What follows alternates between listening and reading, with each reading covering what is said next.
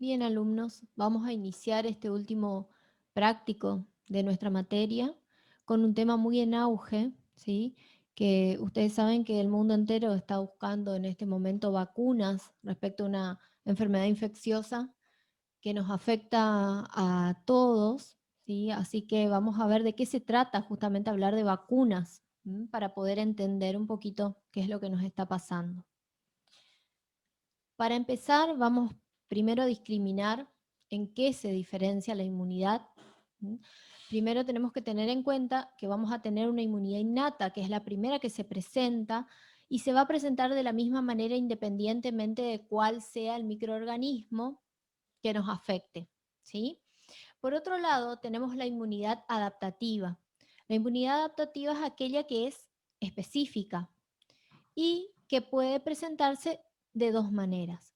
La inmunidad adaptativa artificial sería, vamos a empezar primero por describir la inmunidad adaptativa natural, que es aquella que se presenta porque el individuo se expone a un determinado agente patógeno y de esa manera se va a generar una inmunidad natural activa, ¿sí? Y va a generar células de memoria para que cuando ingresa nuevamente el mismo antígeno, la respuesta sea mucho más rápida y mucho más efectiva. También de manera natural, el organismo, digamos, de un individuo puede generar anticuerpos y proporcionarle esos anticuerpos preformados a otros. Es lo que ocurre en el caso del embarazo, cuando la mamá le pasa los anticuerpos a través de la placenta, o cuando se produce el pasaje de anticuerpos al bebé durante la lactancia. Esto ocurre de manera natural. ¿Qué hace el individuo? ¿Qué hace el hombre? Copia esta forma de actuar de la naturaleza y genera compuestos artificiales, ¿sí? Con el fin de inmunizar a los pacientes. Vamos a tener entonces una inmunidad adaptativa artificial que puede ser activa, es decir, copiamos entonces la entrada de ese antígeno, pero obviamente que lo vamos a hacer de manera mucho más leve, es decir, que ese antígeno va a estar atenuado de diferentes formas. Puede estar vivo atenuado o puede estar inactivado o tomamos algún fragmento de ese antígeno, lo inoculamos en un individuo y de esa manera esperamos que se generen células de memoria para que, igual a lo que ocurre de manera natural, la respuesta ante una segunda entrada del mismo antígeno sea mucho más efectiva y rápida. Allí nosotros encuadramos a las vacunas. Y también hoy nos toca hablar de la forma de manera artificial que encontró el hombre de transferir anticuerpos preformados a otros individuos para tener una respuesta de manera rápida, inmediata, ante un accidente, por ejemplo. Y en ese grupo vamos a encuadrar a los sueros, ¿sí? Que se van a obtener en otros individuos o en otros animales, pero que tienen una respuesta más puntual.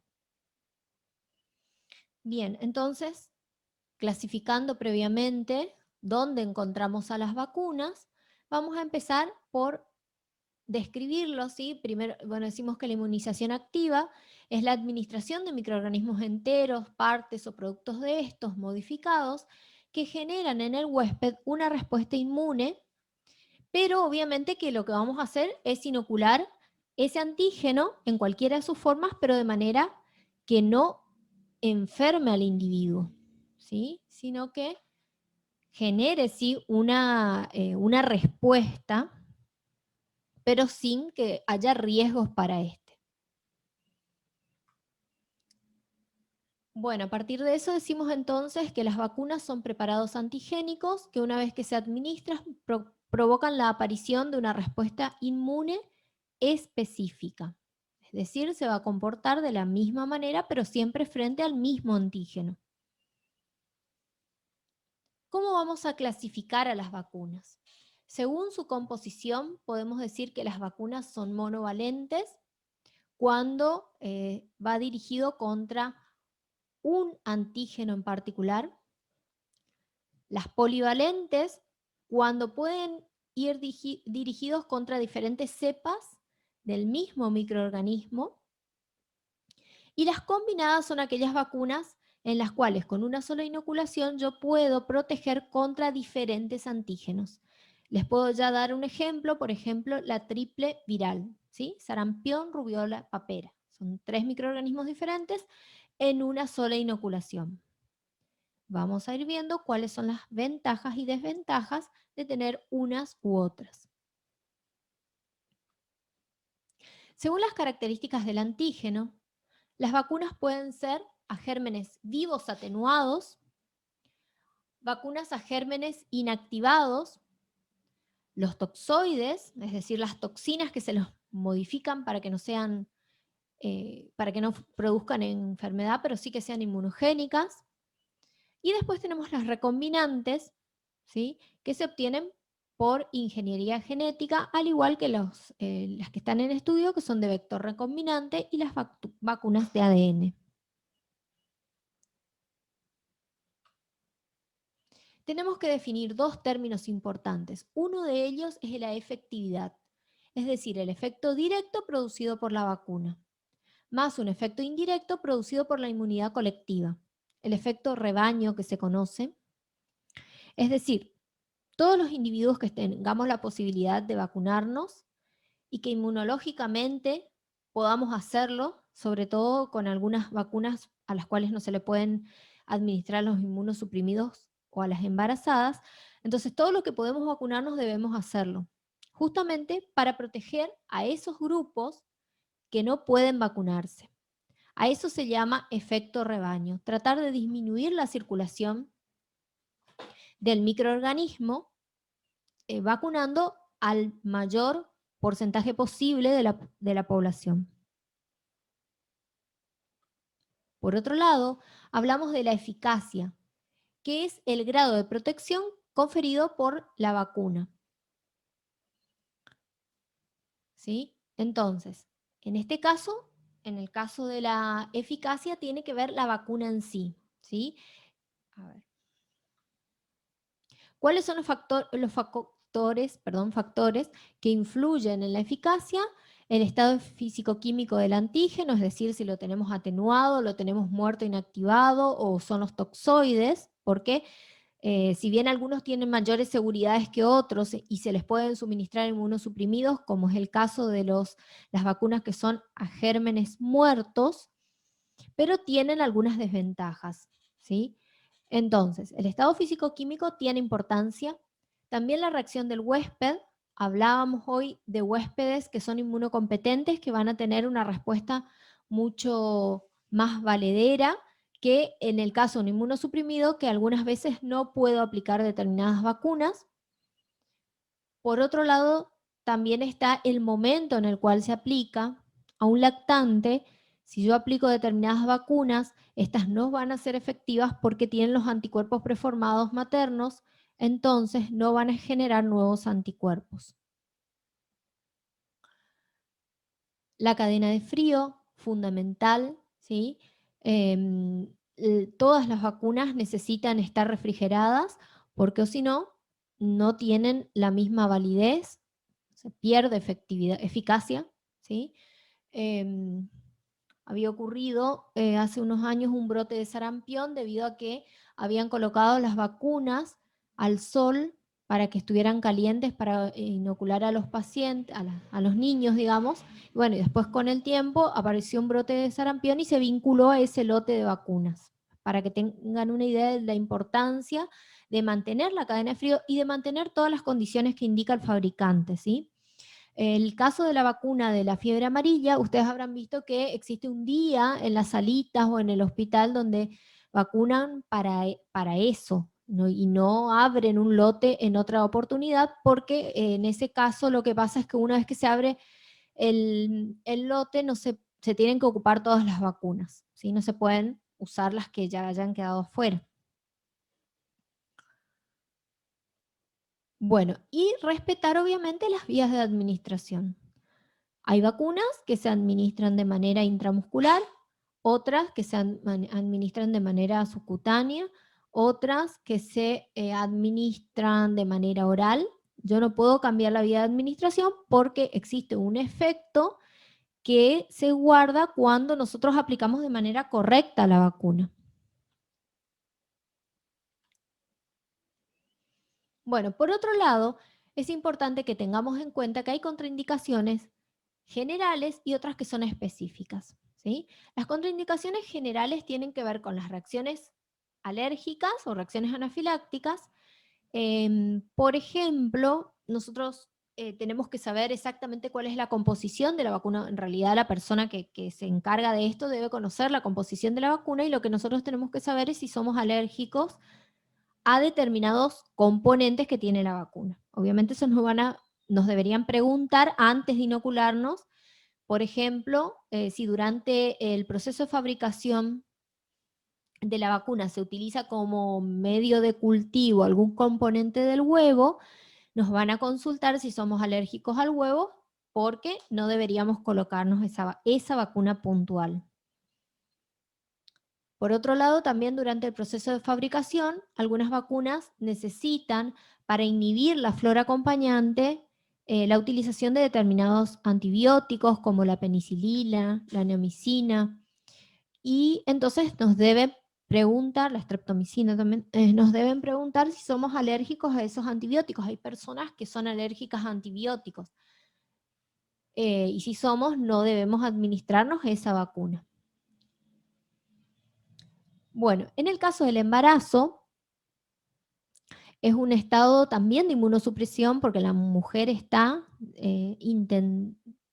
tiene su sistema inmune disminuido para evitar el rechazo del feto. Entonces, las vacunas que son a gérmenes vivos y vivos atenuados, ¿sí?, no se van a aplicar a las embarazadas y tampoco a los inmunosuprimidos.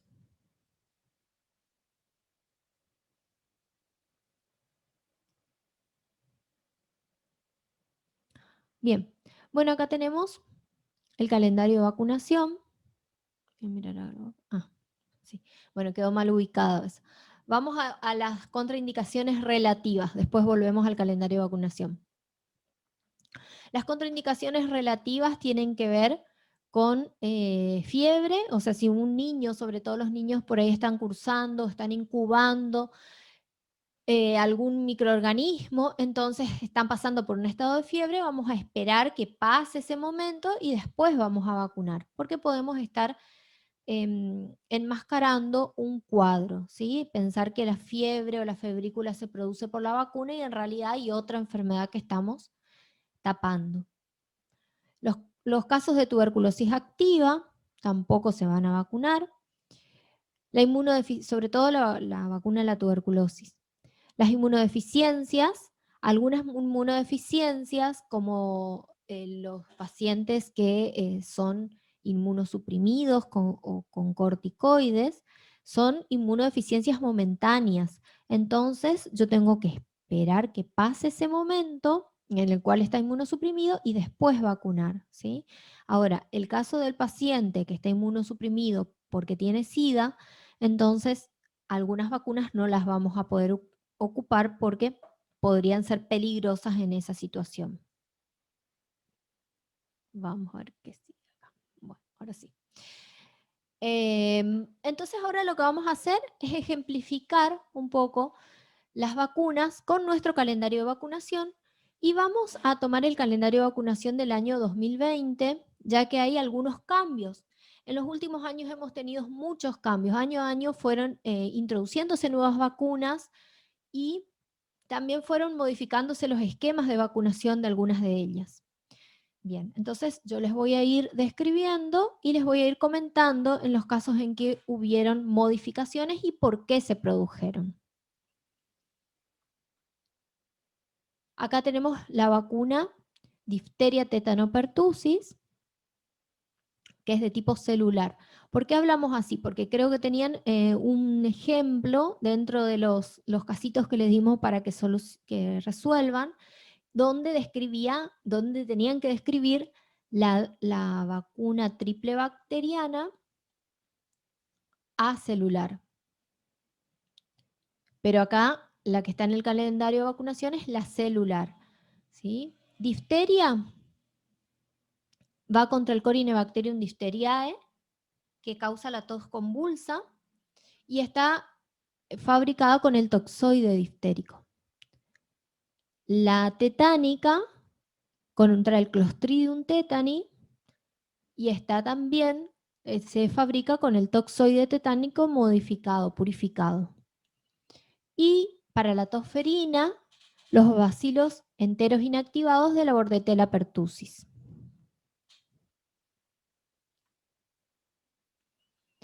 En el caso de la acelular, no tenemos a la Bordetella pertussis entera, sino que lo que tenemos son toxinas y algunos componentes antigénicos como hemaglutininas filamentosas, ¿sí? Así que si pusieron toxinas está bien, o antígeno modificado o recombinante también.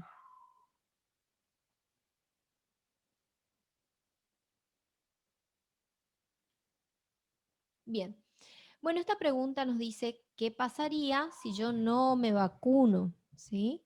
Ustedes lo que tienen que recordar es que las vacunas no significa que yo no me voy a enfermar, significa que el cuadro será mucho más leve. En algunos casos sí impide la enfermedad y en otros cursa de manera mucho más suave, ¿sí? Ahora, acá lo que vamos a ver es qué pasa cuando yo no estoy vacunado y cuál sería el caso más grave que podría pasar con los diferentes microorganismos. Bueno, el tétano es una enfermedad que hace mucho tiempo no lo tenemos en nuestro país. El Clostridium tetani es una bacteria anaerobia que causa contracciones involuntarias. Fíjense, este cuadro es bastante conocido, donde se ve una contracción espasmódica de un individuo con tétano. También lo que se puede observar es lo que se conoce como las facies sardónicas, sería como que el individuo todo el tiempo se está riendo, pero en realidad es por contracción del macetero. Entonces, no puede cerrar la boca. Bueno, efectos secundarios, puede haber un poco de fiebre, tumefacción, somnolencia, ¿sí? Pero siempre los efectos secundarios tenemos que pensar que no son comparables con lo que ocurriría si yo no estuviera vacunado. El difteria tetanopertussis va acompañada de la Haemophilus influenza tipo B, ahí se transforma en cuádruple. El Haemophilus influenza tipo B está formado por polisacáridos capsulares unidos por una proteína transportadora. ¿Qué puede producir el Haemophilus si yo no estoy vacunado? Son infecciones otorrinolaringológicas, infecciones del tracto respiratorio, meningitis y neumonía. ¿Sí? Sobre todo en niños hasta los 5 años aproximadamente. Se administra por vía intramuscular. Bien. Bueno, ahora vamos a hablar de una enfermedad, ¿sí? La cual ha sido controlada hace ya varias décadas, sobre todo en nuestro país y sobre todo en América. Todavía existen países, por ejemplo, Afganistán, donde hay casos de poliomielitis, pero en nuestro país, gracias a los esquemas de vacunación, y en varios países también, gracias a los esquemas de vacunación, ya no tenemos el virus circulando. Las vacunas que previenen contra la poliomielitis, hasta hace pocos años teníamos dos, ¿sí? La Sabin, que por mucho tiempo fue la única, que es una vacuna que se administra por vía oral, es la famosa gotita que le daban a los chicos cuando eran muy chiquitos. Y por otro lado, teníamos la Salk, que en realidad hace unos años se le daban solamente a los inmunosuprimidos. ¿Por qué? Porque la Sabin es una vacuna a gérmenes vivos atenuados, entonces no le podíamos dar a inmunosuprimidos. Ahí en ese caso se daba la Salk. Pero en la actualidad, como lo que se detecta es que el virus deja de circular, entonces, primero, a partir del año 2016, se empiezan a sacar las últimas dosis, se empiezan a reemplazar en realidad la vacuna Sabin en sus últimas dosis por la Salk.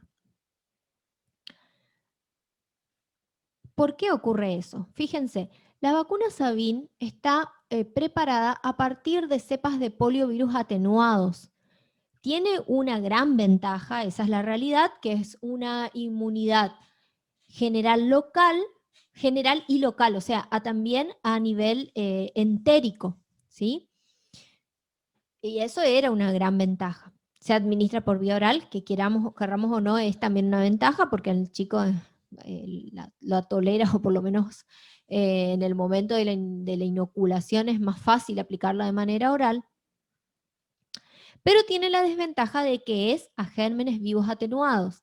Y cuando se le suministra de manera oral, ¿sí? Puede ser que el microorganismo, si el niño tiene diarreas o tiene vómitos, va a ser eliminado hacia el exterior.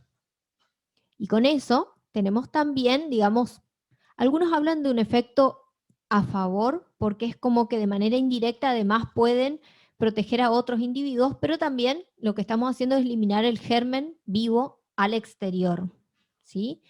Eso sería una desventaja.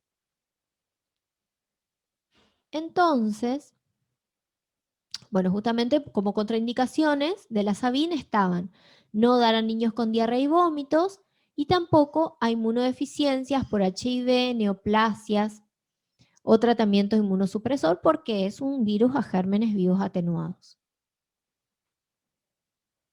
Entonces, ¿cuál es el nuevo esquema de vacunación? Fíjense, esta es la campaña que utiliza el gobierno, ¿sí? Para justamente modificar e introducir estas nuevas modificaciones, en la cual todos vamos a decir chao polio, juntos podemos hacerlo.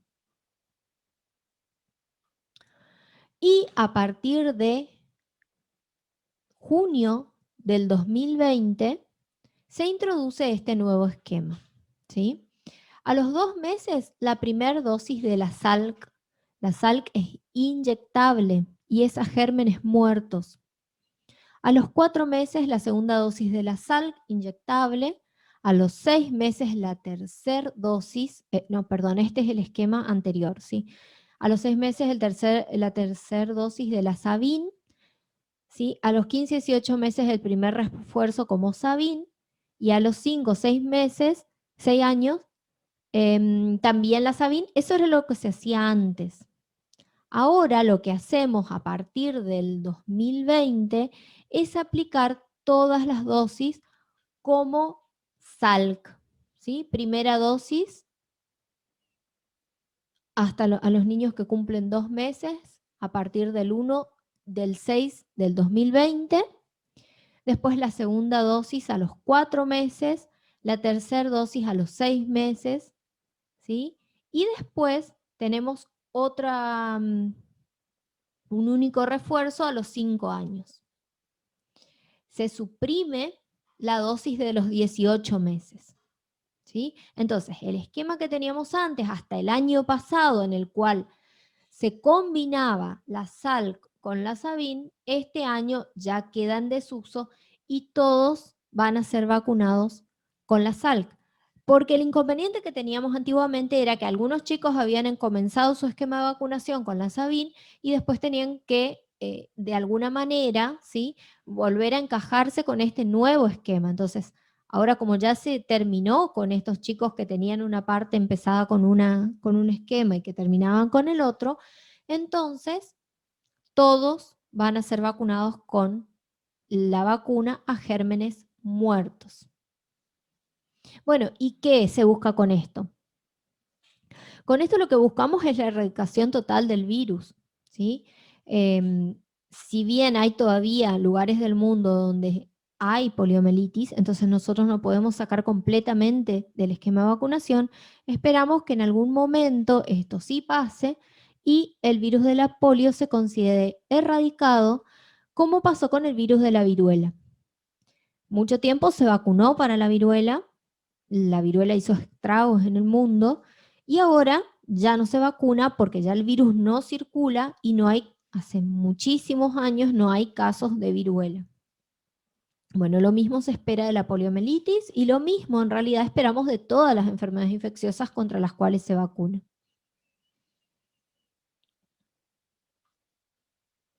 Bueno, un factor importante.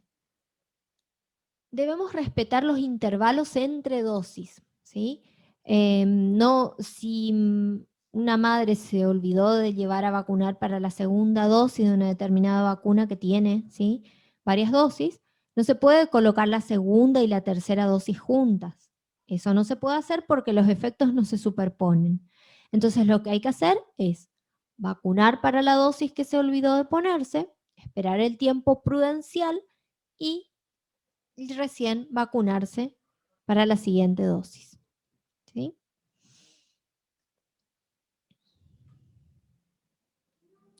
La triple viral, ya les daba como ejemplo de una vacuna combinada, sarampión, rubiola y paperas. Es una vacuna a virus atenuados, entonces no le podemos dar ni a las embarazadas ni a los inmunosuprimidos. Tiene una respuesta de tipo humoral y también de tipo celular, eso es una ventaja, ¿sí? Y se administra por vía subcutánea. Bueno, si bien la vacuna está hace muchos años en nuestro calendario de vacunación y en los calendarios de vacunación de casi todo el mundo, todavía tenemos casos de sarampión, ¿sí? Algo que es inadmisible porque la vacuna no tiene costo, es gratuita, es obligatoria, pero además es gratuita y es un derecho que tienen todos los chicos. Vacunar, ¿sí? No es algo que uno pueda decidir si quiere o no vacunar a un hijo, ¿sí? Eso es un derecho del niño y el padre no puede interferir en eso. Sin embargo, vean que cada tanto tenemos brotes de sarampión. Algunas veces son por mutaciones, se creen que son por algunas mutaciones del virus.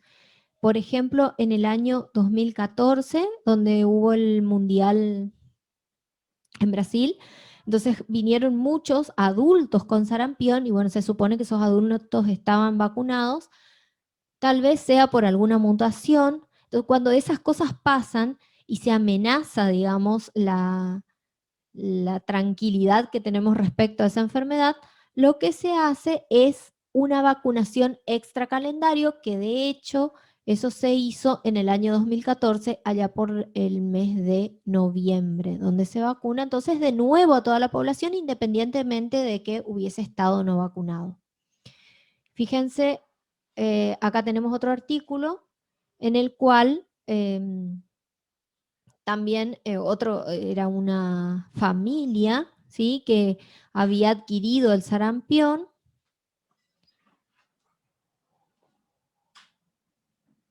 y bueno, y aparece este brote, ¿sí? Bueno, en este caso no tuvo mayor gravedad, pero tampoco, no podemos pensar en que todavía existan estas enfermedades en el mundo. Y bueno, y otro inconveniente que tenemos en salud pública tiene que ver con los movimientos antivacunas. Ustedes habrán escuchado hablar de los movimientos antivacunas, que son aquellos grupos que piensan que la vacuna tiene algún efecto colateral de diferente tipo, que no me voy a poner a discutir en este momento, pero que, bueno, generan brotes de estas enfermedades, incluso en países que nosotros consideramos del primer mundo, como por ejemplo países como Italia, que tuvieron muertes por sarampión. Muchas muertes. Bueno, ¿a quiénes no se le puede dar la vacuna triple viral? A las embarazadas, a los que tienen enfermedades febriles severas, a los que están inmunosuprimidos o tratamiento farmacológico y a los alérgicos al huevo, porque tiene un componente, el huevo participa dentro de los componentes de la vacuna. Y por otro lado, también es conveniente evitar la concepción 3 meses después de la vacunación. ¿Qué va a pasar si nosotros no nos vacunamos y adquirimos el virus o cualquiera de estos 3 virus?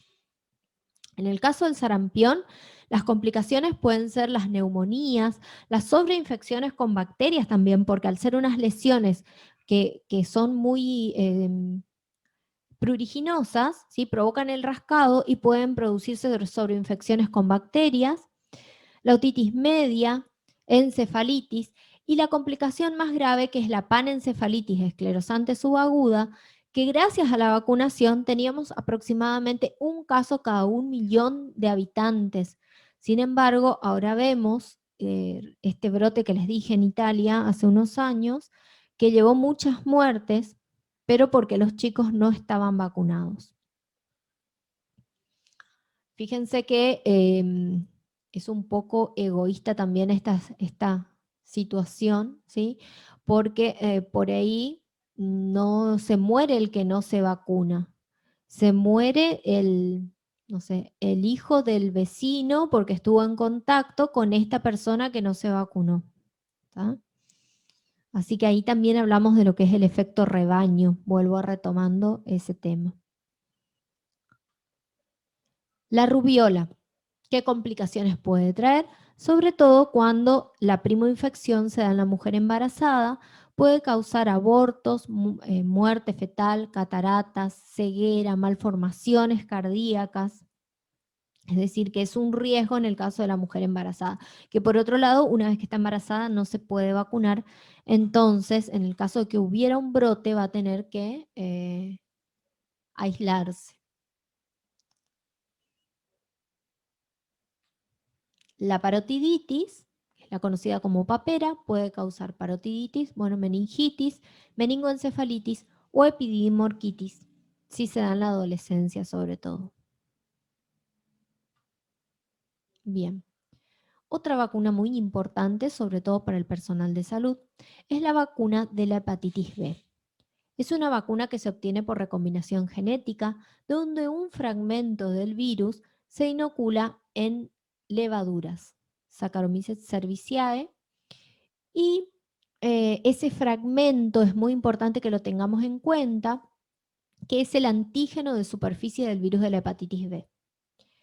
Entonces, es una vacuna que se obtiene por recombinación genética y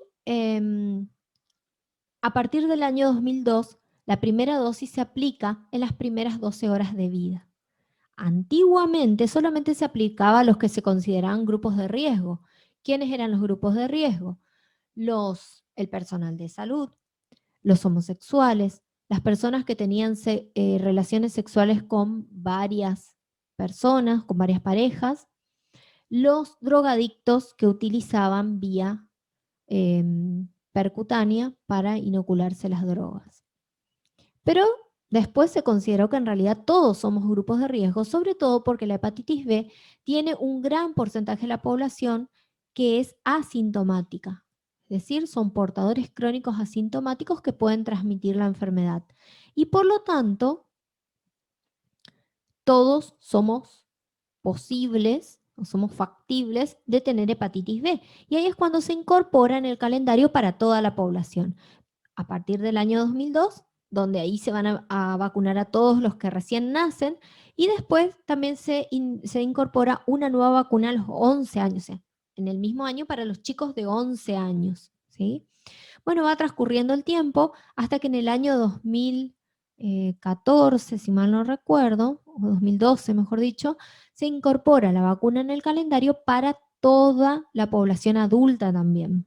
Es decir, cualquier adulto, independientemente de que pertenezca o no al sistema de salud, puede ir a una salita y colocarse la vacuna. Bueno, el esquema de vacunación, tenemos la primera dosis a las 12 horas de vida para evitar también la transmisión vertical, ya que se puede transmitir por la leche materna. La segunda a los 2, 4 y 6 meses, que se coloca con la quíntuple. Difteria, tétano, pertussis, Haemophilus influenza tipo B y hepatitis B. Son las vacunas que involucran a la quíntuple. Es una vacuna también combinada. Pero la primer dosis de la hepatitis B es monovalente, es decir, solamente va contra la hepatitis B. Bueno, para el personal de salud, ¿sí? Sí o sí tenemos que tener esta vacuna, se coloca en el momento inicial, al mes y a los 6 meses. Son 3 dosis. Bueno, esto no lo voy a leer, sí es para que ustedes lo tengan. ¿Por qué? La hepatitis B nosotros la podemos contagiar, nos la podemos contagiar durante un accidente laboral, entre otras enfermedades infecciosas que podemos adquirir, como HIV, hepatitis C, también está la hepatitis B, pero es importante que la tengamos en cuenta porque para ella tenemos vacunas, ¿sí? Entonces no deberíamos preocuparnos con esto, ¿sí? Lo importante es tener en cuenta que frente a un accidente laboral, si yo tengo la vacuna, las 3 dosis, además es importante que dosemos los anticuerpos. ¿Por qué? Porque hay personas que no generan anticuerpos suficientes contra este virus, entonces no están protegidos. Y si bien para ingresar a un trabajo, para hacer una residencia, para estudiar medicina, me solicitan el calendario de vacunación que esté completo con la hepatitis B, no me piden los anticuerpos, ¿sí?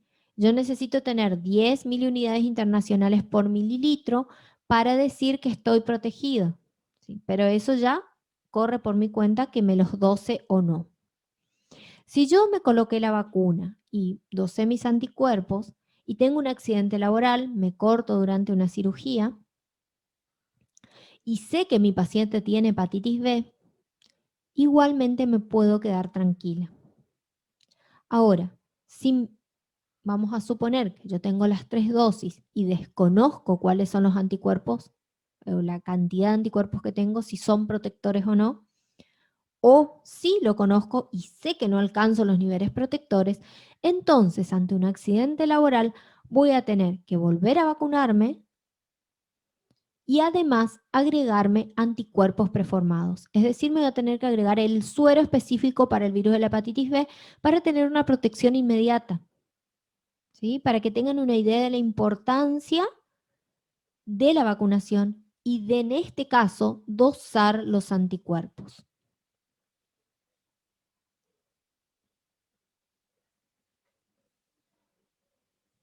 ¿Qué podría ocurrir si me contagio hepatitis B?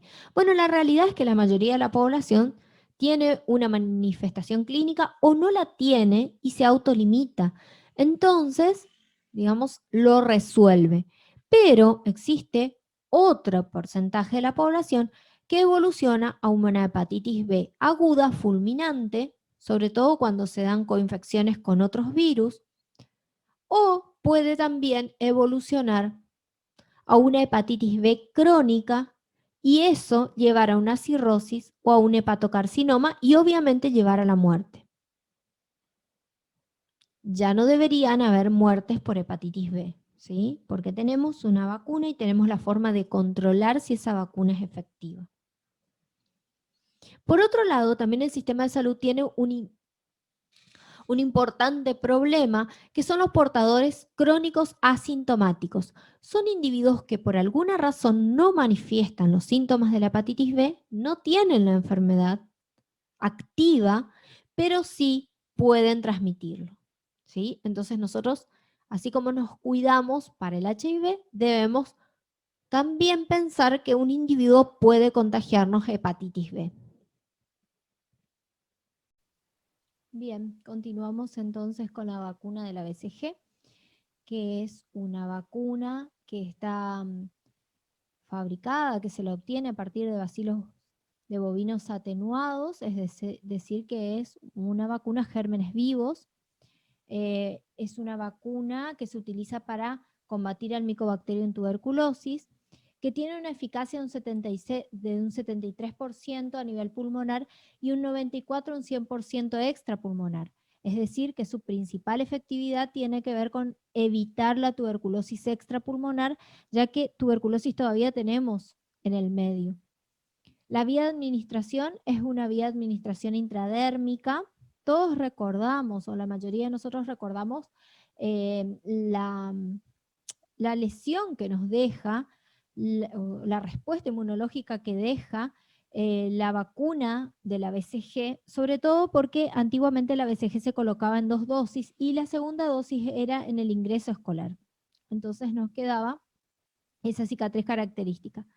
En la actualidad se coloca una única dosis al nacer junto con la vacuna de la hepatitis B y esta se considera que genera una respuesta de tipo celular que es duradera por toda la vida, o sea que tiene una duración digamos, por toda la vida, una protección para toda la vida. Entonces ya no se hace más la segunda dosis. Las contraindicaciones, al ser una vacuna gérmenes vivos atenuados, no se pueden colocar a los inmunosuprimidos, a las embarazadas y a aquellos que tengan tuberculosis ya declarada. Bueno, otras vacunas que están en el calendario de vacunación, la vacuna contra el meningococos, que es una vacuna con los polisacáridos capsulares de los serogrupos A y C, que son los que causan meningitis. La antitetánica ya la habíamos visto como componente de la triple, pero también en los adultos se aplican las dosis de refuerzos cada 10 años. Y al personal de salud se tiene que aplicar porque digamos que es un personal que además está más expuesto. El resto de la población por ahí si no acude al centro vacunatorio o no recuerda cuándo fue la última dosis, entonces por ahí pasa mucho tiempo y cuando se pasa por una situación de riesgo, que puede ser por lastimarse con una astilla o con un alambre, un clavo, que es algo bastante común, entonces le colocan la dosis de la antitetánica con la finalidad de evitar, digamos, que haya una infección por tétano.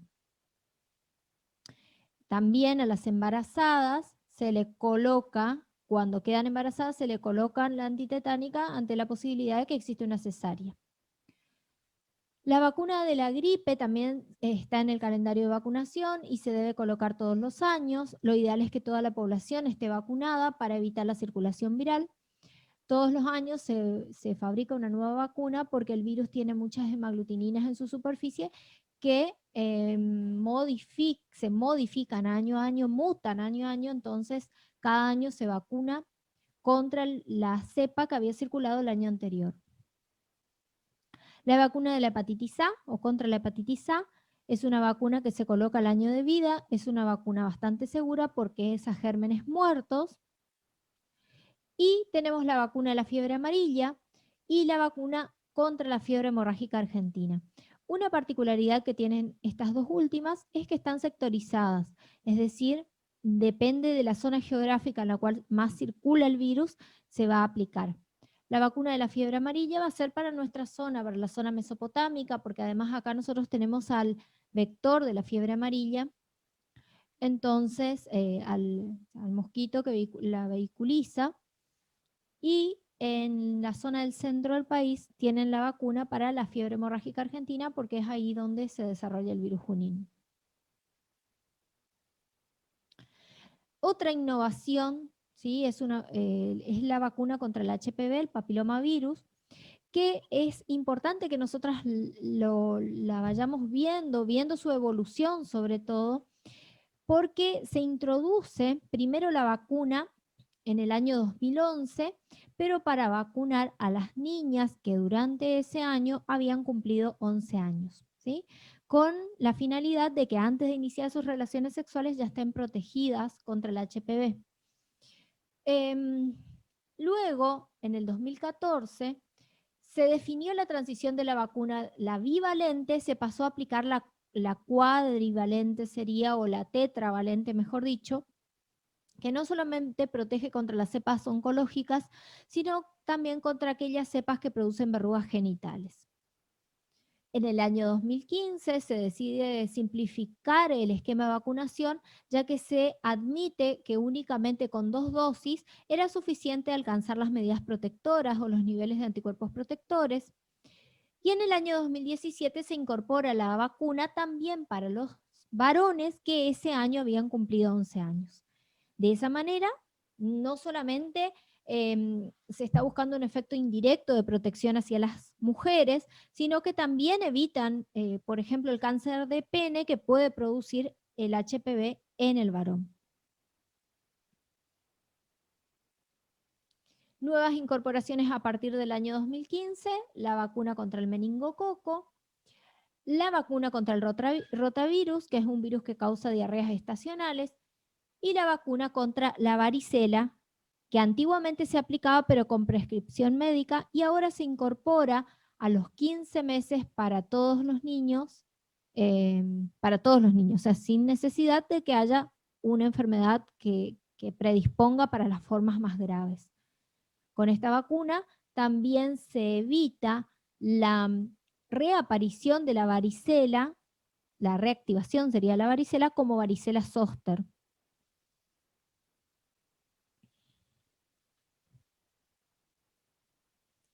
Las vacunas indicadas para grupos de riesgo. Estas vacunas no están en el calendario de vacunación, pero se dan en situaciones particulares. Por ejemplo, cuando personas quieren viajar a zonas de riesgo, entonces se puede aplicar la vacuna contra la fiebre tifoidea, que por otra parte es oral, la vacuna contra el cólera, ¿sí? Para lugares donde hay zonas endémicas, y la quimioprofilaxis antipalúdica. Obviamente que además el calendario de vacunación completo. Y para los otros grupos de riesgo, por ejemplo, los veterinarios que tienen que tener la vacuna antirrábica, o los cuidadores de animales, ¿sí? También tienen que tener la vacuna antirrábica. Y por otro lado, la vacuna antirrábica es otra vacuna que se puede colocar pre y post exposición. Es decir, que cuando me muerde un perro, si el perro no tiene calendario de vacunación, deberían colocarme la antirrábica, además de la antitetánica, el suero antirrábico, el suero antitetánico y la vacuna contra la rabia y la vacuna antitetánica en el caso de que yo no tenga idea de si tengo o no el refuerzo. Bueno, acá tenemos algunos pósters que se colocaron cuando hubieron campañas extra calendario, digo bien. Las campañas extra calendario surgen cuando aparece algún brote en un país vecino o en el mismo país, en este país, por ejemplo. Entonces, a fin de frenar la aparición de una enfermedad que ya, digamos, hace mucho tiempo había sido declarada que no habían casos y empiezan a aparecer algunos casos, entonces se coloca, ¿sí?, una campaña extra calendario y toda la población, esté o no vacunada, tiene que vacunarse. Acá vemos, por ejemplo, una vacuna contra el sarampión que había sido incorporada en octubre del 2014 a causa de que en ese año había, después del Mundial de Brasil, vinieron muchas personas adultas con sarampión, entonces se considera que tal vez hubo una mutación en el virus y por eso adquirieron la enfermedad. Bueno, a fin de frenar ese brote, se vacunó ese año. Hay otra también campaña de vacunación contra la rubiola y el sarampión en el año 2018, ¿sí?, a causa también de algunos casos de sarampión que hubieron ese año, pero por chicos que no habían tenido la vacuna, niños que no habían tenido la vacuna. Y bueno, entonces también se quiere frenar y sale esta campaña extra calendario. En el año 2009 también hubo una vacunación a todas las mujeres en edad gestacional contra la rubiola, obviamente que no estuvieran embarazadas y que no existiera ni un riesgo de que estuvieran embarazadas, y se les pedía que se evite la concepción 3 meses posteriores a esa vacunación. Todas fueron campañas extra calendario. Bueno, y ahora vamos a hablar un poquito de la inmunización pasiva. Cuando hablamos de inmunización pasiva, como decíamos al principio, estamos hablando de del traspaso de anticuerpos preformados que se pueden haber formado en otro individuo, en otro humano, ¿sí?, o que se pueden obtener a partir de animales. Cuando se obtienen de otro humano, o sea, de otra persona que haya pasado por la mayoría de las enfermedades infecciosas más frecuentes en esa zona, hablamos de los sueros. Estamos hablando de los sueros. La otra opción sería cuando nosotros inoculamos un determinado antígeno en un animal, ¿sí?, obtenemos de él sus anticuerpos previa purificación y después lo aplicamos en una situación especial. En el primer caso estamos hablando de los sueros polivalentes o inespecíficos, ¿sí? Dijimos contra varios anticuerpos, contra varios microorganismos. Y en el segundo caso estamos hablando de los sueros hiperinmunes. Son anticuerpos, pero específicos para una situación puntual.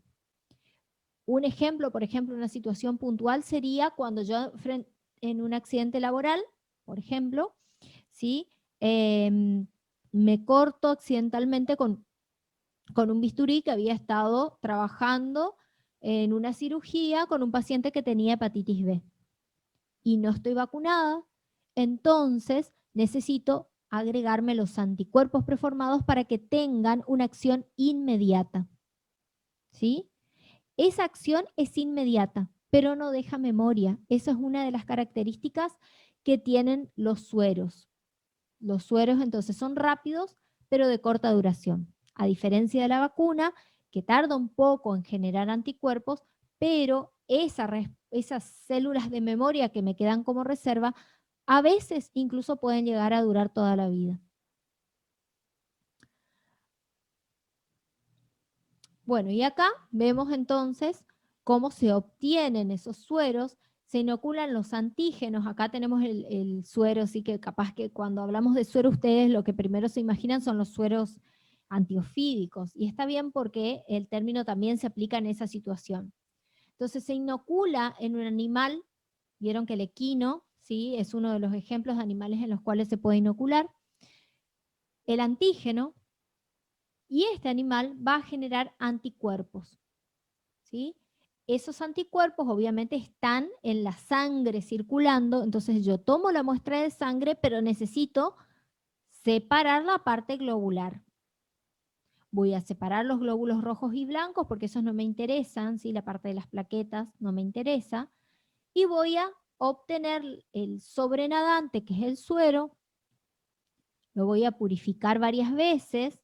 Aparte tenemos que recordar que también acá se puede producir una reacción anafiláctica porque se trata de otra especie, ¿sí? Y nos están inoculando en realidad una sustancia que viene de una especie diferente.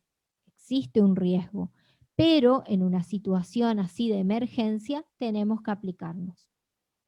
Y en ese suero es donde están los anticuerpos preformados, ¿sí? Entonces de esa manera se obtienen los sueros.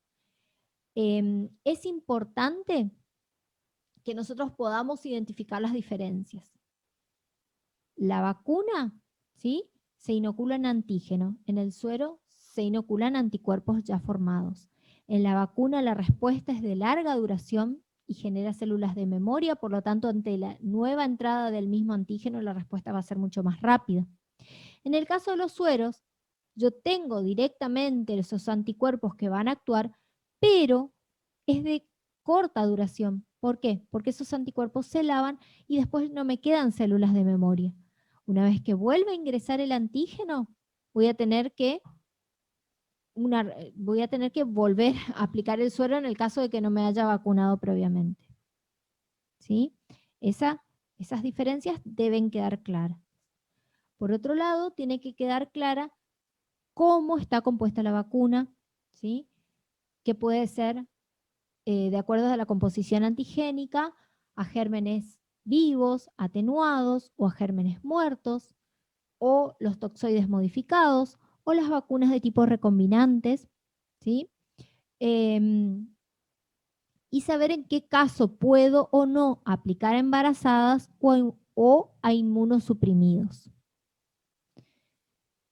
¿Qué otro aspecto tenemos que tener en claro? Que las vacunas pueden ser monovalentes cuando tienen solo un antígeno, polivalentes cuando tienen diferentes epítopes de un mismo microorganismo, diferentes antígenos de un mismo microorganismo, porque corresponden a diferentes cepas, y pueden ser las combinadas cuando yo combino diferentes microorganismos en una misma vacuna, con la finalidad de que con una inoculación yo pueda proteger contra distintos microorganismos, ¿sí? Entonces, la ventaja de estas vacunas que son combinadas es que no necesito llevar tantas veces al nene al centro vacunatorio, que por ahí es lo que dificulta, ¿sí? al sistema de salud, es la mayor dificultad que tiene el sistema de salud. Bien, con esto entonces vamos terminando este año, ¿sí? Tan particular. Y recuerden que tienen que tener estos conocimientos básicos para poder después seguir adelante, porque en las demás materias lo van a seguir utilizando. Muchas gracias.